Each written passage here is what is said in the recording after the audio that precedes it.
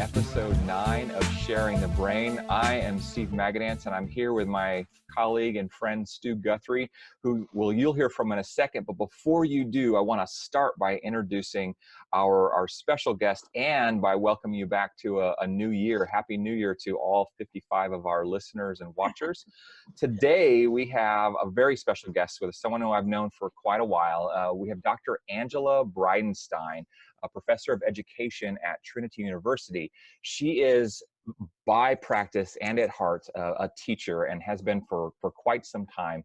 She is a social studies teacher veteran and a German teacher by practice. She's also been recognized by her university as being a high-level college advisor because she focuses on both graduate and undergraduate education and does a really great job preparing her students. She is also the author of two books that have really impacted my own practice. First and foremost, the text Leading for Powerful Learning, a guide for instructional leaders.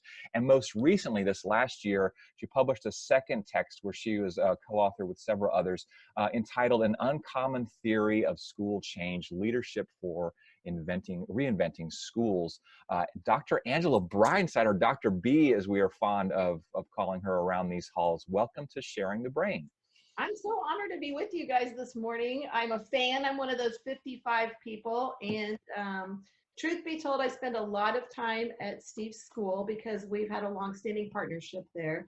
And so I do get to roam the halls. And one of the joys of my job is spending about the same amount of time at Trinity University as I do in our public partner schools. And so there really is nothing better than those ISA kids when they grin at you and call you Dr. B. So I've gone on trips with you guys. I work with teachers, and of course, I know Stu and his school too, because they're part of that same district, and we've had this really beautiful relationship with the Northeast School District and other districts in town. So this is so fun to chat with you guys on a Saturday morning. I stayed home because there's a nice casual vibe, and it's a conversation among friends and colleagues. Cool. Well, that's awesome. And I, like Steve said, I had a chance to meet Dr. B when Steve and I were at the same school a while back. You came by to visit, so I got to meet you, and I haven't got a chance to work with you as closely as Steve has. And I know that y'all two just recently went on a pretty cool conference. Do y'all want to start talking about that, Steve, and kind of give us a background of what that was and kind of what y'all talked about? I do. I think we teased it in the last episode where we had gone to work with the School Reform Initiative in Boston, Massachusetts. And one of the things that Angela and I were able to do early in that week, hello, Lollie, she made her appearance. Oh, Lollie. I said that was my one requirement, is that Lollie make an appearance. It's hard to keep, it's not getting her to appear that's the trick, it's getting her not to appear that's the actual trick. But she loves me, and that's a cool thing. But that's a solid digression, though. We needed that. Yeah. That was a good one. But back to the conference, one of the things that we had done was got to visit a very well-established school in Massachusetts, in Devens, Massachusetts, the Parker School. And we learned about a practice or a process to think about pedagogy, practice, reflective practice, and this idea of coaching. And so Angela and I talked a lot actually about it afterward. The protocol itself was called excavating practice, and it sort of leveraged the relationship between a mentor, teacher, or a teaching resident or an intern, and a coach or a teacher prep professional. And as we think about this, I'm interested more, Angela, in your thoughts just about how that impacts leadership practice, this idea of vulnerability, this idea of empathy, and maybe what your thoughts are on excavating practice. Well, it was pretty cool for us because we were up with the Boston Teacher Residency Program and the New Teachers Collaborative, and my friend Ruth Whalen Crockett's been working on this excavating tool, and they let us participate in observing these on the first day, and then on the second day we actually role played it as well. And what was interesting for me is in my job as a teacher educator, we're often trying to help novices learn to teach, and we sort of put the spotlight on the novice and say, hey, we'll watch you teach and then we'll debrief your practice, or we'll look at your lesson plan and give you feedback on that. But in this case, the excavating tool was how to help a experienced teacher unpack and explain all the things that they do. Steve's at Saturday school right now, we know, so he's hearing from teachers and students. So what this excavating tool does is a lot of times our mentor teachers will say to us, I'm not really good at that, or I'm not the expert on this, or I don't have any authority to talk about these things. But we know that experienced teachers have so much craft knowledge and expertise. And so what the excavating tool lets them do is unpack that. So basically what happens is I would co-observe a lesson with my intern teacher. Some people call them student teachers, or pre-service teachers. So the two of us would watch this experienced teacher teach. And after that, we would say, take some notes and say to the learning teacher, what was it in that experience, in that lesson plan that really intrigued you or that you have a question about? And we would name something that we were curious about from that lesson.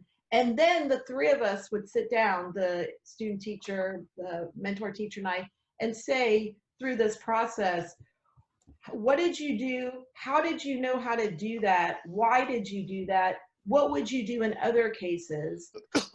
Generating some theory about why does this work, and then synthesize it. So for me, it was really novel. And I think we could do that, in terms of leadership, if we were to watch one another in any role to help look at what other people are doing and make sense of it. So it's like unpacking and looking at other people's practice to then develop our own practice. I think it's interesting, and the thought that comes to mind, and I recognize that you and Steve have worked together, and you've been at the school, so you're a person that's seen there a lot.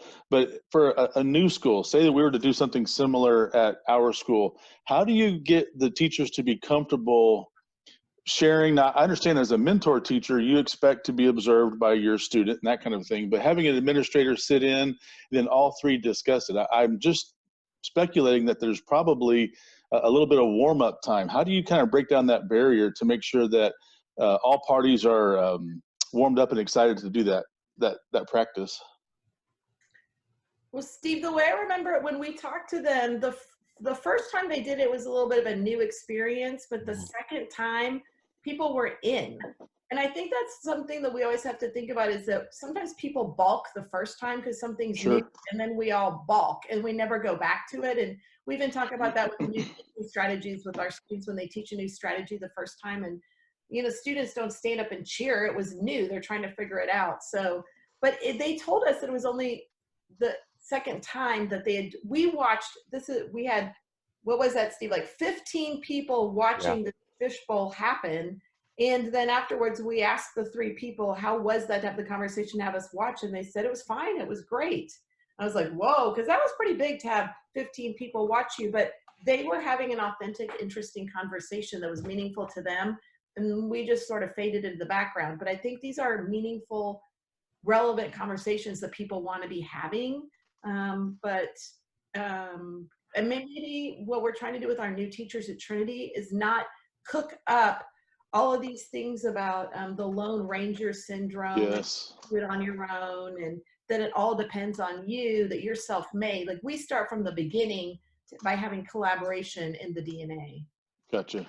Yeah, I would jump in and say that I think we say the word intention a lot on this, and in other contexts on this podcast and in others, is like what are those small moves that you're making, right, to do some work that is impactful, that can be easily implemented, easily turned around, to build that rapport, like this professional collegiality that we hope exists in all the contexts, right? Because Stu, you hit it, like when a teacher, when a professional, when an experienced practitioner, agrees to take on a resident or work with an intern, right? I mean, there is this very intentional act saying, I am willing to do this, but it doesn't always feel as though someone has the opt-in or opt-out option when you start working on school change, right? You have to do a lot of observation. You have to make some intentional small moves. And that maybe is that warm-up process you're talking about. Like, I mean, you also said another thing I think was poignant, like, Angela has been working with my school's campus for quite some time, and there's been a lot of ebb and flow, of course, along the way, but there's also very transparent and intentional statements about, like, these are the things we do here, and this is why we try to do them, and this is why we think it's important.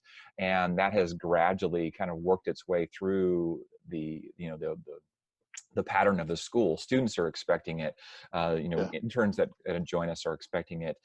We try to make it a part of the process of being transparent when we talk to potential members of the community as teachers, right? And so they come in having the sense like, oh, we're going to do this. And that, I think, is the hope is that it makes it more familiar. It makes it a little less, I don't know how to say it. A little less under a microscope kind of feeling when someone walks into a room. I don't know if you would say more to that, Angela, because I'm struggling with the words to say it, but I feel like it is definitely not something that happens overnight, but it is something that if you're intentional about it, it begins to happen. Yeah, well, so I was thinking about while you were talking, I've been listening to a podcast recently called Don't Tell Me the Score about sports in England and sort of reflecting on leadership values or ethics. In so many other arenas, people don't worry, or they expect to like watch the game film and see how they did, or get coached during a practice, or when you're learning something. There's so many other arenas in which people intentionally practice. Mm-hmm. So why wouldn't we do that in education? So, but one thing, Stu, to your question about how do you make a space for that vulnerability, they gave us a nice copy of the protocol, but I have done a lot of work with protocols. And I think if there's an expected process and you know what's coming, you can lean into the uncertainty of the content because the process is clear. Right. And I think, even though I've been at my school now for one calendar year, which is kind of amazing in itself because it's gone by so fast, I am thinking of it in terms of a new leader, a new school, that kind of a thing. And when I hear y'all talk about it, even though sometimes it sounds a little cliche, talk about the why or the deeper why, when you share that about like the coaching, there is not, I'm in a middle school and we record our athletic events and they go back and review it. It's happening everywhere. And of course, even at younger ages, we all seen, the parents in the stands with the video cameras recording, the games and all that stuff. So it makes perfect sense when you kind of just take a step back, and why wouldn't we look at our process the same way? And I'm afraid that Lollie didn't make her actual, come here, Lollie, come here. All right. Cause I know the camera issue, and it's probably some people are probably wondering why I fixed it, because now you can actually see me, but I'm not sure Lollie got to make her appearance. So there she is. But no, I think it's a great example that you gave us. And, like I said, the deeper why of why we all do this, we got to get better. It's all about student outcomes. So. Which then the question for you two might be, what are the things that you would be observed in, or where would you be filming yourself? How would you put yourself out there? What kind of practice would you excavate? And I think Steve and I did a book study together last year where, people told some stories around some dilemmas that they were encountering or questions that they have. And I think doing that in a context with other leaders is really important, but also doing it in a context in your own school where teachers know that you're working on your practice. That's really important too. Yeah, I think the thing that jumps out at me as a place for that is like when we're planning and implementing a professional development structure with faculty. I mean, that's I guess the classroom that administrators might work in, right? Because you're working on developing, you're working on teaching in that sense, right? Or if you were teaching a class, I mean, that would be another natural thing to do, but you could easily set up, some piece of technology to film how that facilitation process happens for your faculty in that context. And it would be a really great way to look at what are those moves you're making. Are you modeling the things you hope to see in a classroom, right? And if you're not, how do you plan to model those things and be explicit about it, I think, with faculty too. Not that I've done that because I haven't, right? That's a good place to think about. Well, it's a great question. Where do we, demonstrate that we're trying to improve, or we're open to that process as well? And just this past week, we were talking about our social emotional learning, which we've talked about here on this podcast before. And we started to put together our year kind of, looking backwards on what we've done. And we made it a point throughout this year to model those practices, the optimistic closure. That's just a part of our faculty meeting now. We always end on something that we've done or we've observed. So I think you're right. Now, as in terms of like the protocol you were talking about, where you're observing it with someone and then going back and, discussing it afterwards, I'm not sure I'm to that point. But I think it's a great idea. And I think as a leadership team, you could definitely do that for each other.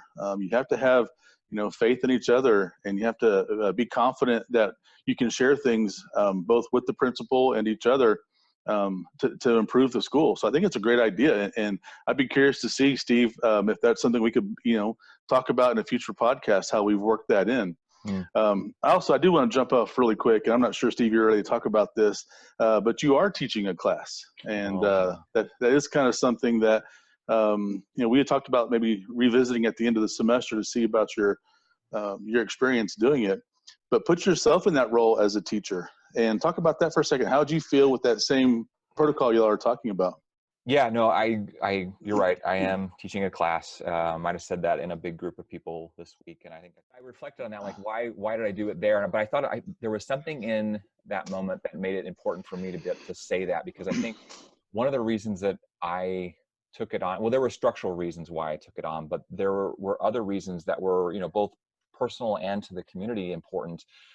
Seeing education implemented at its point of implementation, I think, is super important. And as administrators, sometimes we are, one or two layers removed from that sometimes. And I think I was missing something, right? So I wanted to be more connected at the point of implementation, because I think it's important for us to be able to see some of the impacts of the decisions that we make as campus leaders, or that we work to collaborate on making with our teachers.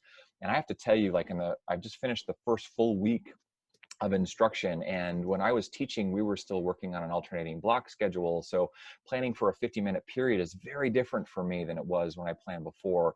Planning things like assessments, planning things like integrating technology, like those are all places that are stretching me in places that I hadn't anticipated. But I also I entered grades for the first time in 10 years. I also, pardon me, the timer's going off in my head. I entered grades, I took attendance, and I hadn't done those things in so long that it was refreshing and insightful just to do some of those small things that I don't see on a regular basis. And I don't talk a lot with teachers about doing some of those real logistical things sometimes of teaching. So, I mean, it's a new thing. It's a scary and exciting thing to give it a go again in the classroom. And it's caused me to be, I think, really transparent with students too about the why I'm doing it, and about asking them why they would even take a class that their principal is teaching. So yeah, I'm sure there's a lot more to talk about with it. And thanks for bringing it up, Stu. Appreciate it. That's what we do. We're sharing the brain. So I've had to let you've had it for a whole week for this class. I need it next week too. That is a European model, right? In Europe, the principal is the principal teacher, and they come from the faculty. Yeah. The Coalition of Essential Schools, when they started, they said that principals should always be teaching and not lose touch.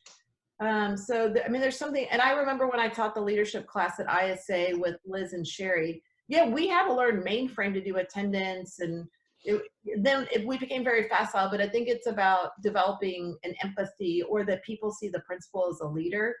But Steve, you and I were with an intern teacher this last week or so, where we said that when a principal sits down to plan a faculty meeting, that's like writing a lesson plan. Mm-hmm. And the intern was like, and in that first book that we wrote, we talked about sort of like, you have the agenda for a meeting, but then there's way more than the agenda. And how do you add in all of your facilitation moves? Or Stu, what you said about the optimistic closure.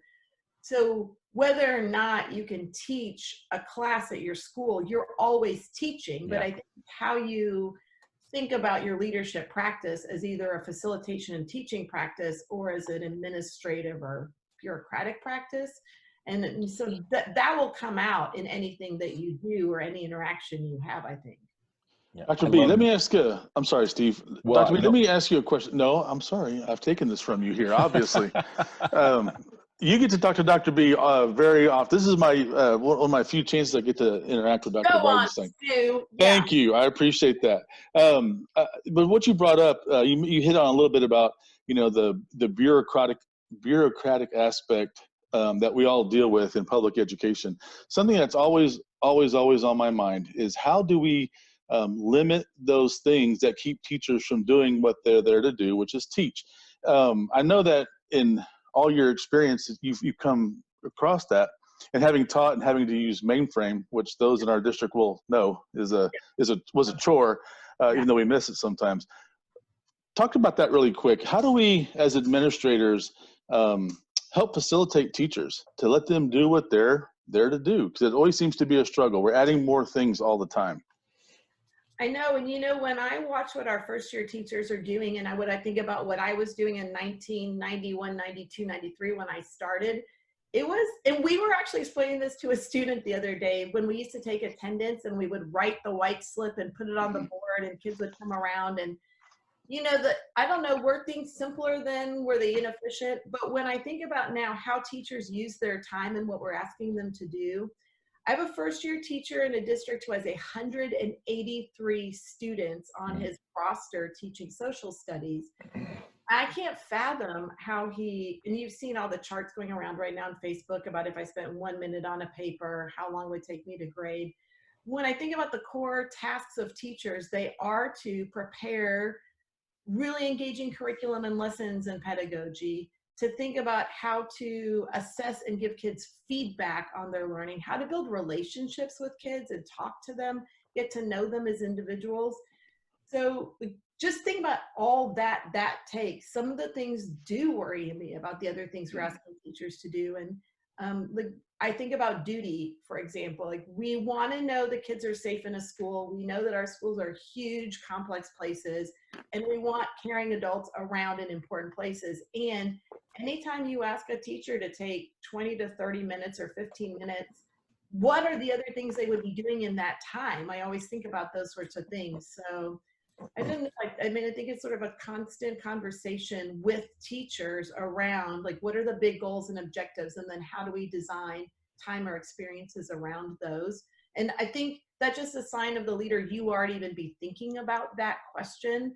And then I think the more we work with teachers and leaders to sit down together and co-design things, because each role has a unique and good perspective, the school counselor, the library. And I found that teachers have really good solutions if we give them the opportunity to share and design them with us instead of doing it for them or, as a object of. So I don't know, I've been really impressed with teacher ingenuity when we put people in charge. But that teacher empowerment, I don't know why that's still considered novel to sort of co-design things with people. You guys both know teachers who can look at a master schedule and tell you exactly what's right and wrong with it. Let's get them in together when we're coming up with a master schedule. And, so how to tap those different expertise areas, I think would be really interesting. Okay, very good. What do y'all think? I think it's a great answer. I was giving Steve the opening there to jump in, and since he didn't, I will tell you something that we did, and I still do it at my present school. I call it open mic night, and it's exactly what you said. We invite teachers to come in and tell us about the master schedule. We have a certain way to look at the master schedule. Does it all fit? All these kind of things. Where do you have to put in your athletic, band and all those kind of pieces? But there's always information that the teachers have just from living the schedule every day. And it's amazing what they come up with. It's something that seems kind of, simple. Have you ever thought about, pairing these two classes? Because I'm always fighting to get kids for that time. And it's a great way. And plus, of course, it gives them that voice and it lets them become a part of the process, which we know improves buy-in from our teachers.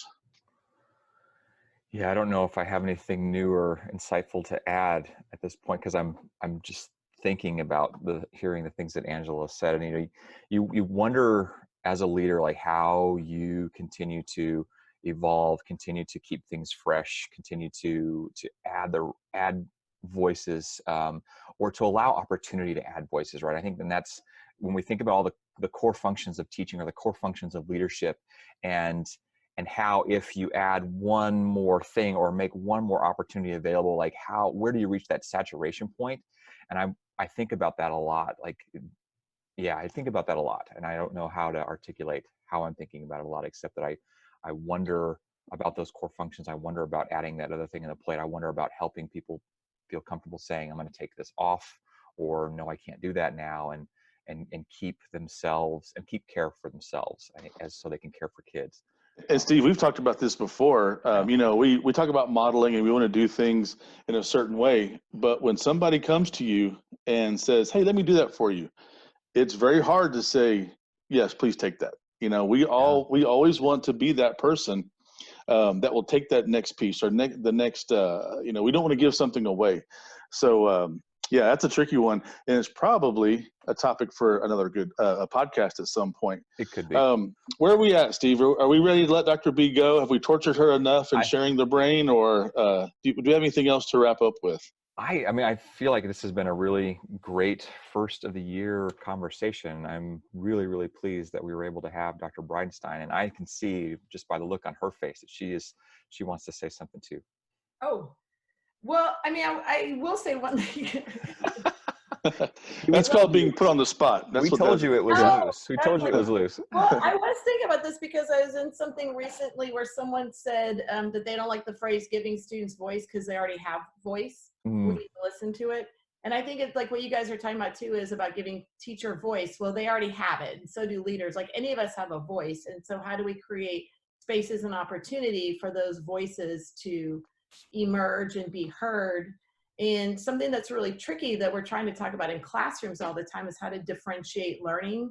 And so I think that's one of the ways in which maybe in the new year in your next podcast, like what are ways that we're differentiating learning opportunities and spaces for everyone in the building, because everybody's a learner. And so like if that's your premise that everybody's learning all the time, I do think it's tricky, Stu, what you were asking earlier, because we cram a lot of informational learning down teachers' throats. That was my crude way of saying it. But here's more of this and more of this. And then we wonder, like, why aren't teachers developing? Like, where's the transformational learning? Well, that's a different kind of learning in a different space. So some of this excavating is a little bit more vulnerable making, but it's also more transformational making. And so that would be, as I think about the year coming up for you in podcasts and, the last podcast about teacher collective efficacy and sort of thinking about that, or anybody's efficacy. I just think it's exciting to talk about these things. And so I'm going to keep tuning in and sending you questions and tweeting and retweeting, because it's nice to have these kinds of collegial conversations. That's the perfect segue, I think. Yeah, it is. You talked about sending us questions. So we want to invite everyone who's interested in following this podcast at Sharing the Brain on Twitter. It's also a YouTube channel, same title. We look forward to your questions. We look forward to your comments. We look forward to having you as a guest if you're interested. Stu, what else would you add to that? And we can wrap it up. I think the last statement that Dr. B said, differentiation, because when you say that word, I guarantee you everybody thinks, how do we do it in the classroom for students? How do we do it in the building for teachers? I think that sounds like Dr. B's podcast part 2. When we get you back on, because I'd love to have you back on. Let's talk about that. That's a brand new concept. Go ahead. And in the district for leaders or anyone, right? So anybody, any adults. Yeah. Yeah. I think that's fantastic. That'd be a great podcast, because I'm sitting here just thinking about it right now. Never crossed my mind. It never crossed my mind. It's always been about students. How do we do it for the adults in the building? That's a great topic. Steve, wrap it up. Dr. B, it was very good to talk to you. So fun. Yeah, my only wrap is, Dr. B, thanks for sharing the brain. We look forward to talking to you again really soon. We look forward to seeing you in the halls during the week.